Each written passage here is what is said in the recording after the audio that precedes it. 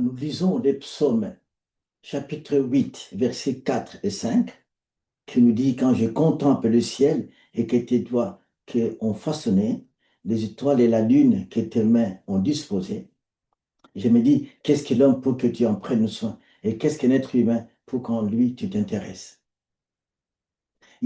Parfois, on peut se poser la question, pourquoi Dieu s'intéresse à moi? Pourquoi Dieu s'intéresse à moi?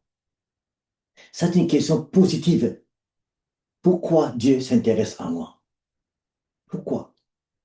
Il y a une personne aussi qui disait une fois, il a fait ses études, il a terminé ses études, normal, mais tout d'un coup, Dieu l'appelle à le servir. Il dit, mais pourquoi? Mais pourquoi il m'appelle?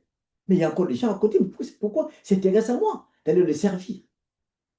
Et l'apôtre Paul aussi avait cette question, il s'est posé cette question, et puis il a rendu gloire au Seigneur. Et qu'une telle question, pourquoi il s'intéresse à moi? C'est parce que cette question vient parce qu'il y a beaucoup de choses que cette personne a observées autour de lui, de sa vie et par rapport aux autres. Pourquoi Dieu s'intéresse à moi? C'est une question du cœur, vraiment du cœur. Des personnes qui ont une relation avec le Seigneur. Des personnes qui marchent avec Jésus, qui a vécu des choses avec le Seigneur.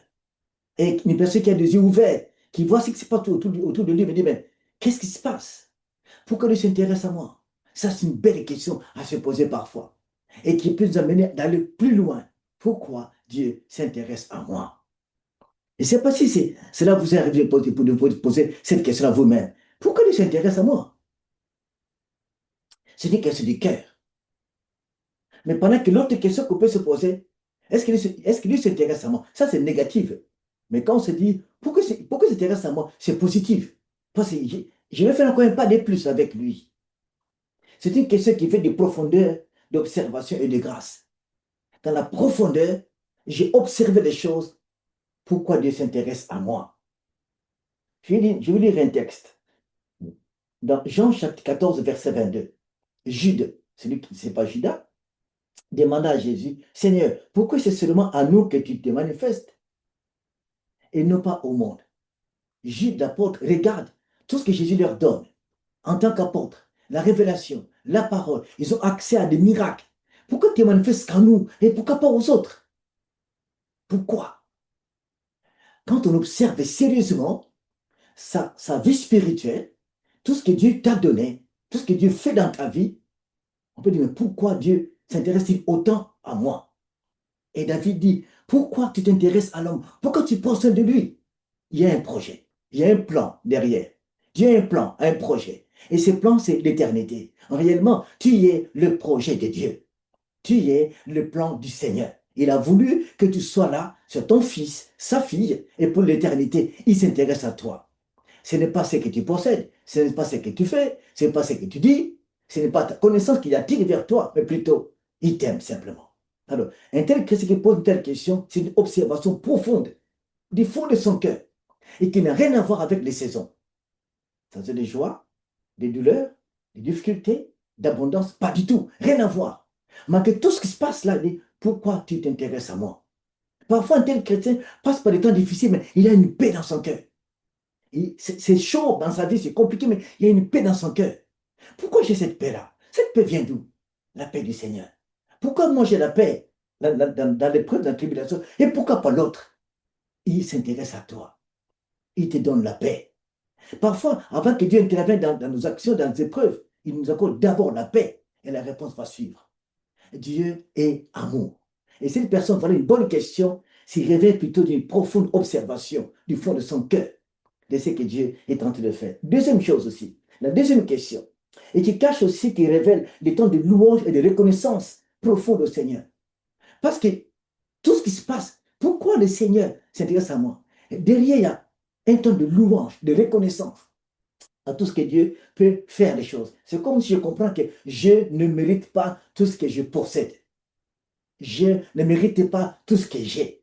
Cela me pousse à la louange. J'ai ceci, j'ai vu ceci, j'ai telle chose, je ne le mérite pas. Cette question est une question qui amène à la louange, à la reconnaissance, à la gloire du Seigneur. Oui, Dieu est bon.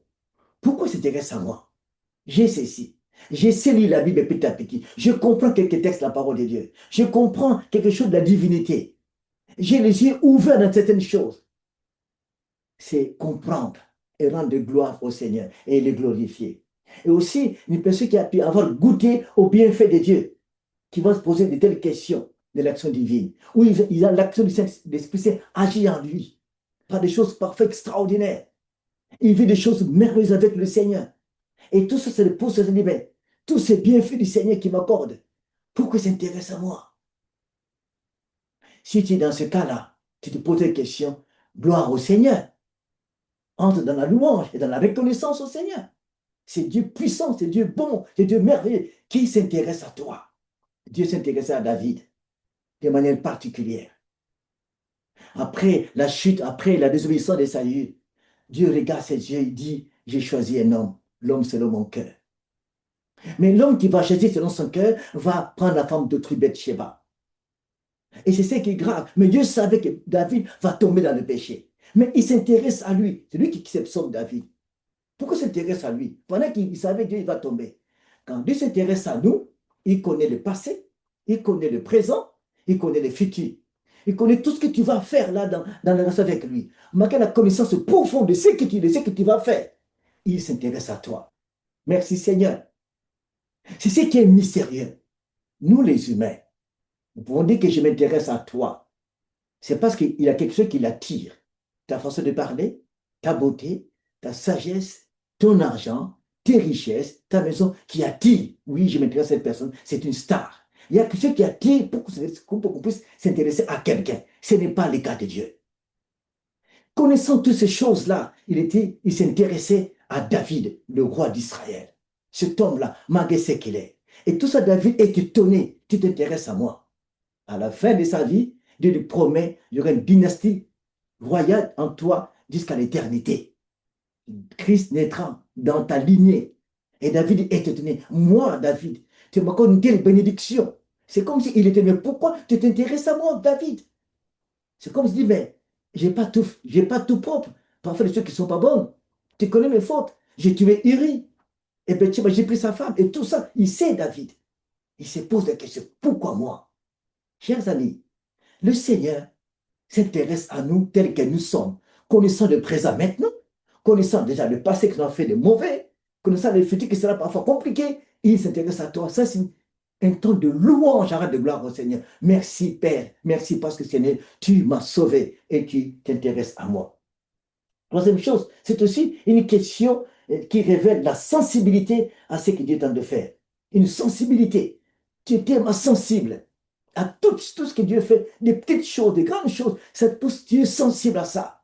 Ça te pousse à rendre de gloire au Seigneur.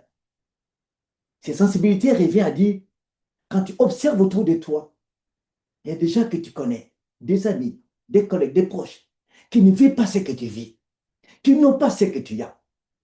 Quelqu'un qui est encore non-croyant jusqu'aujourd'hui, il ne croit pas à Jésus-Christ.